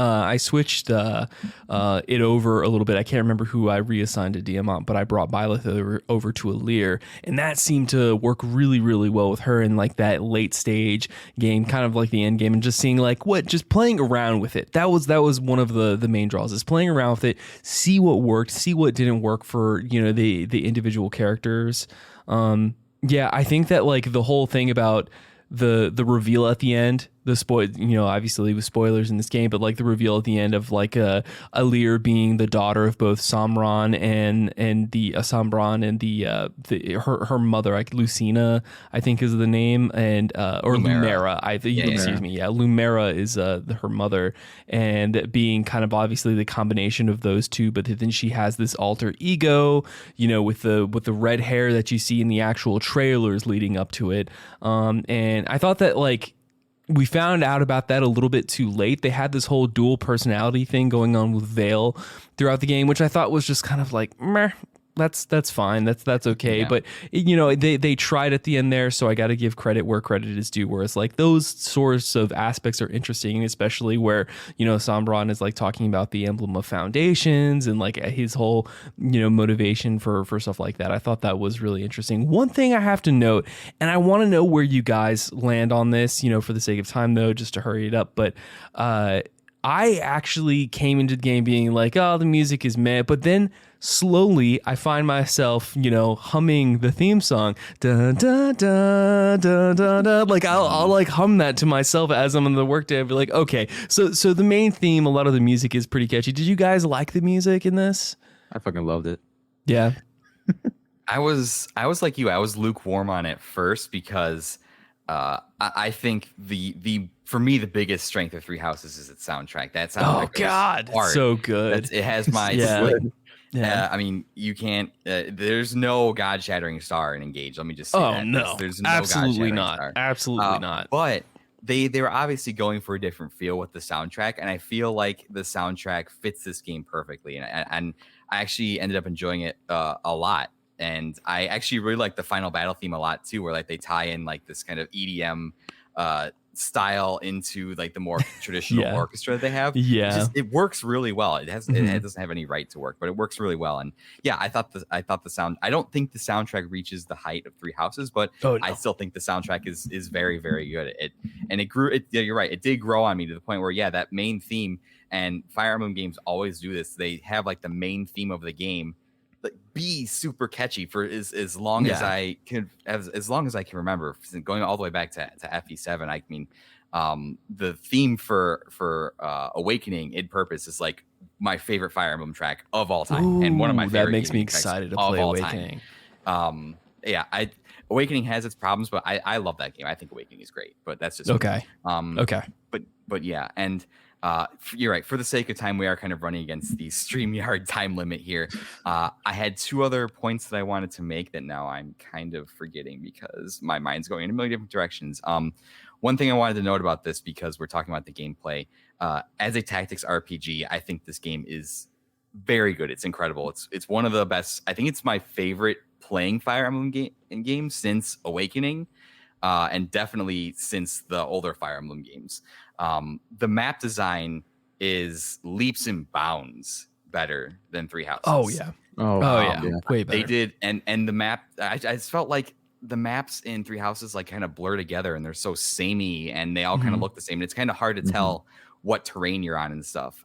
In Engage, it's brighter, it's more colorful, it's easy. The map design is, each map feels different. And they brought back so many different kind of like objectives and things you have to do.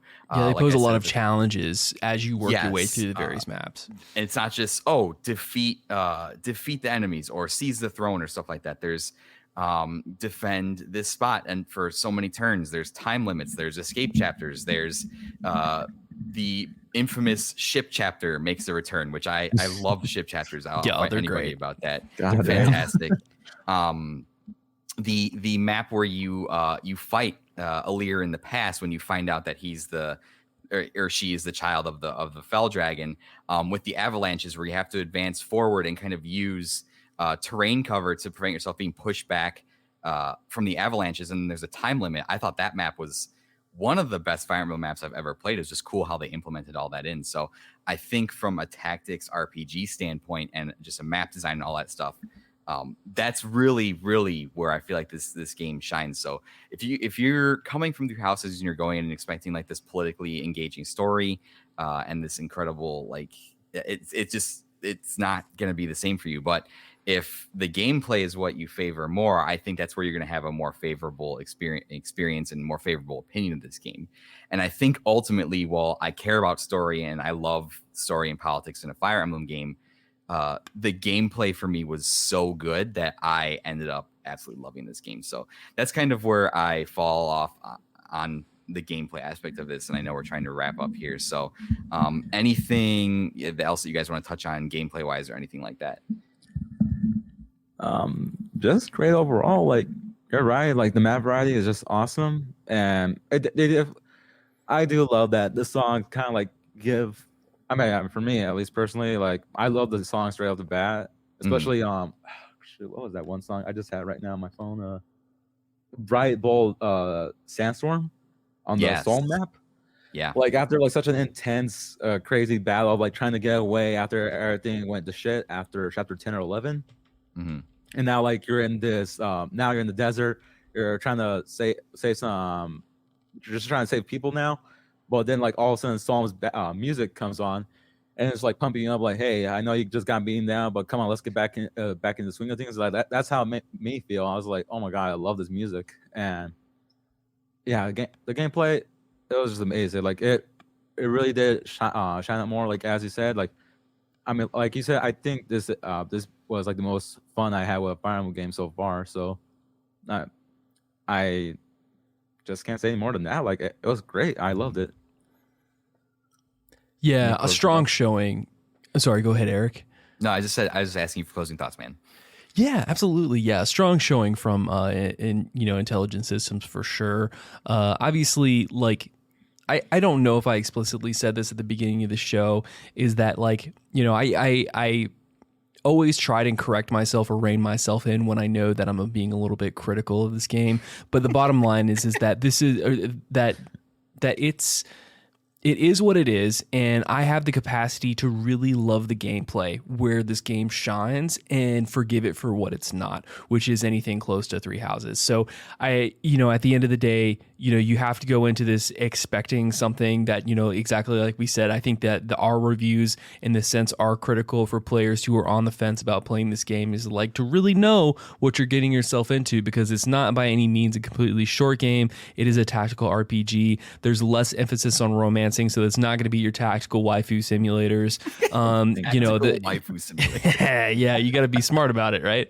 And I think that there is cohesion in this game as a package as a whole, but I also like to think of this game as a time buyer for Intelligent Systems to, put this out or have their B team be working on this while they have a backup A team that is working on a title that's going to be a tentpole, a pillar title for potentially what we might see as a Switch 2 later on in the life cycle of Nintendo. or a remake. I would love a remake. Oh my god. Go ahead. Dracula 7076 remake or genealogy will be awesome at this point. Yeah. Yeah, and I think too. I think Alejandro might be right. I think that doing this game and kind of introducing everybody to all of these different characters from across the Fire Emblem timeline will open people up to potentially maybe having a large scale remake of an older title, whether that be Genealogy or FE6 or 7 or something like that. Because people will be like, oh, I recognize this character. They're from Engage, and not just like, oh, who is this character? But yeah, it definitely feels like a celebration. Definitely feels like they were like a lot of older school Fire Emblem fans had critical problems with Three Houses, so they're like, okay, we really want to make something that's like people want the gameplay, and for a while that's what, until Awakening, the gameplay is the main thing that drove these games, until Awakening kind of started shepherding people in the direction of like the more social sim aspect of the game. So yeah, it'll be interesting to see kind of the direction that Intelligent Systems takes. And it's just truly amazing to me that we're living in 2023, the year of our Lord, and we've gotten a Fire Emblem game in January, and we're getting Advance Wars in April. So let's go. My childhood is like coming back to me, and it's I can't. And while Intelligent Systems isn't involved with the Advance Wars remake, I can't believe it. It's truly incredible that I'm getting entry into one of my favorite series of all time, and I'm getting a remake of one of my favorite games of all time. It's absolutely nuts. So yeah, on that aspect, I think we've done a good job. We had some critical discussion. This was everything I hoped it would be, and I think just talking with you guys about it now, and Alejandro was talking before, like we had some stuff that we liked, we had some stuff we didn't like.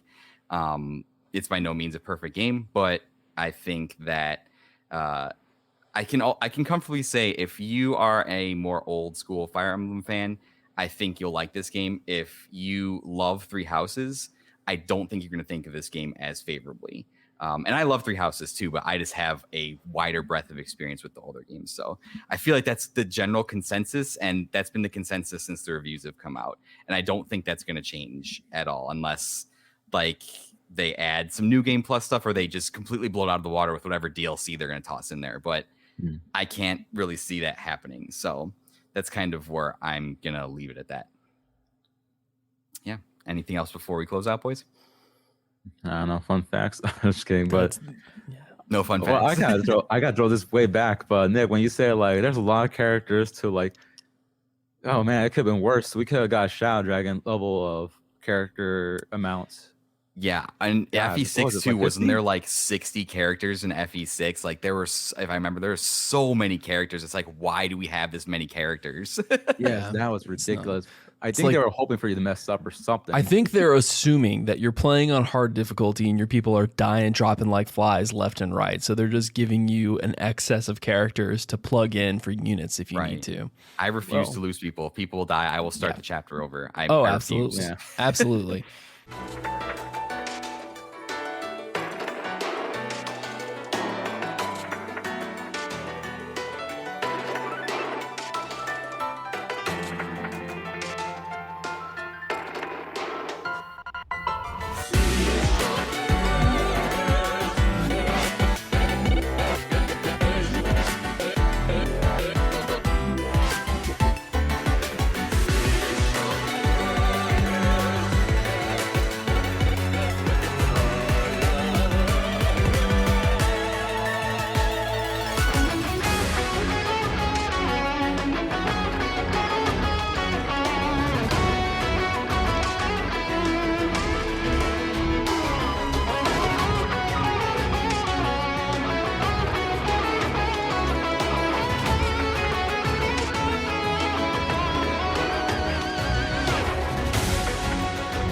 I just want to thank you guys so much for coming on, for working with the time here, and we're up pretty late here. We're all running off of adrenaline and caffeine, I'm assuming, so we'll make this pretty quick. Before we go, I want to give you guys the opportunity to shill what it is you do, sell your snake oil or your alternative medicines on my podcast, whatever you'd like to do.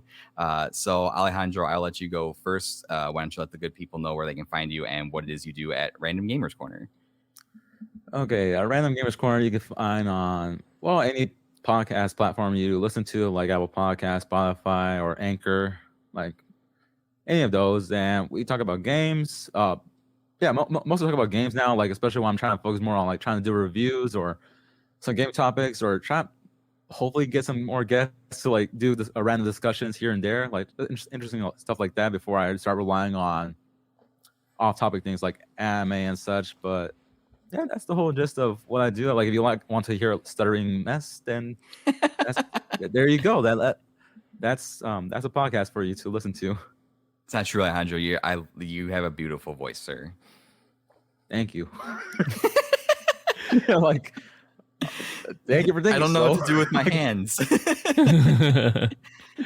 Yeah. So I'm Nick Fakori, by the way. I am the co-host of the Friday Night GameCast. If you're interested, obviously, in podcasts that are focusing on news, industry rumors, new releases or game reviews in general, we are kind of that one-stop shop. I am joined by my co-host Will when we're in our mainline seasons, and we have really, really awesome, engaging, deep dive discussions and sometimes arguments about some of our favorite games and favorite franchises of all time. And so it's I think we have a great show, and that's something that people really are looking forward to see, like what they can expect from season 2 of Friday Night Gamecast. But we are in an interstitial season right now. I'm doing a show called the FNGC Fireside Talks, where I'm bringing in all of my friends from the community. Both Alejandro and Eric got to join me for different episodes respectively. Alejandro covered Dragon Age, and then Eric and I talked about Destiny. It was really, really fun. And so like I strongly encourage everybody to go and check out some of these awesome episodes and some of the content that we've done for the Fireside Talks. And it's just nice, cozy game talk that you can go and just curl up by the living room, fireplace, and just hang out and listen and have a good time. If you're out there listening, this is your first episode or maybe your 60th episode. I don't know how many I have out right now, but a Random Gamers Corner and Friday Night Gamecast are both in my weekly rotation for podcasts. Anytime there's a new episode, I'm usually listening day and date because they do fantastic work over there. So go listen to those two shows, or else I will find you and make you listen to them. Yes, I like to threaten my audience to make sure that the point gets across. As far as I go, if you're listening to the show, hi, my name is Eric. You've already found the show. Thank you so much for listening. If you want to keep up with everything going on here, you can go over to linktr.ee/Unlockables podcast. I guess link trees aren't cool anymore, but I'm still going to use mine because I bothered to set it up. And you can find all the different podcatchers there. You can find all the social media links. Interact with me on Twitter, on Instagram, all that good stuff. And recently, too, because I wasn't ready to make this announcement, but it's already out there in the ether, we launched the Unlockables Patreon, which has been pretty cool. If you go over to patreon.com/Unlockables, I believe it's just Unlockables. I'll have to double check. I'll put it in link in the description. And if you give a couple dollars for a little extra support, you get some extra goodies, including exclusive Discord channel. You get access to special episodes that I'm making available only on Patreon. All that kind of good stuff. We're doing some fun stuff over there. So if you want to support the show, you would have my eternal love and thanks, but you don't have to. All the good main stuff that you expect from Unlockables is remaining here in the main feed, including guiding keys and a lot of the other main series that I have coming up. So go check that out. It's a really good time. And also in the Linktree description, join the Discord server. Both Alejandro and Nick are in the Discord server, and we have a really great group of podcasters, of people that love video games in there. And we talk about all kinds of things, from video games to food to pets to some more diabolical stuff that remains quarantined to a specific channel in the Discord that will not be mentioned. But anyways, thank you guys again so much for coming on and making the time work. This was a scheduling snafu, but we made it happen, and this was a fantastic episode. So thank you guys again so much. Yeah, thank you, Eric. It's happy to be here. Happy to do it again too. Thank you for inviting me, man. I'm just glad that y'all are okay with me staying up this late just because of me behind the past, literally. Well, I knew as soon as I wanted to do a Fire Emblem episode that Alejandro, you and I kind of bonded over it. So of course I wanted to have you on there, and I wanted to have Nick as well back for, I guess you call my season 2 of the episode of this podcast, even though I'm not really calling it season 2, but it's basically season 2. I don't know at this point. It's just the fiscal refresh of the Unlockables. Right. Yes. We are in fiscal year 2, which started in March. And that's been going strong. So again, thank you guys so much. And everybody out there listening, thank you so much for giving us a little bit of your time. We're going to wrap it up here. And as always, I say at the end of every episode, it's not just the story of video games, it is the story of you. Have a good night, everybody.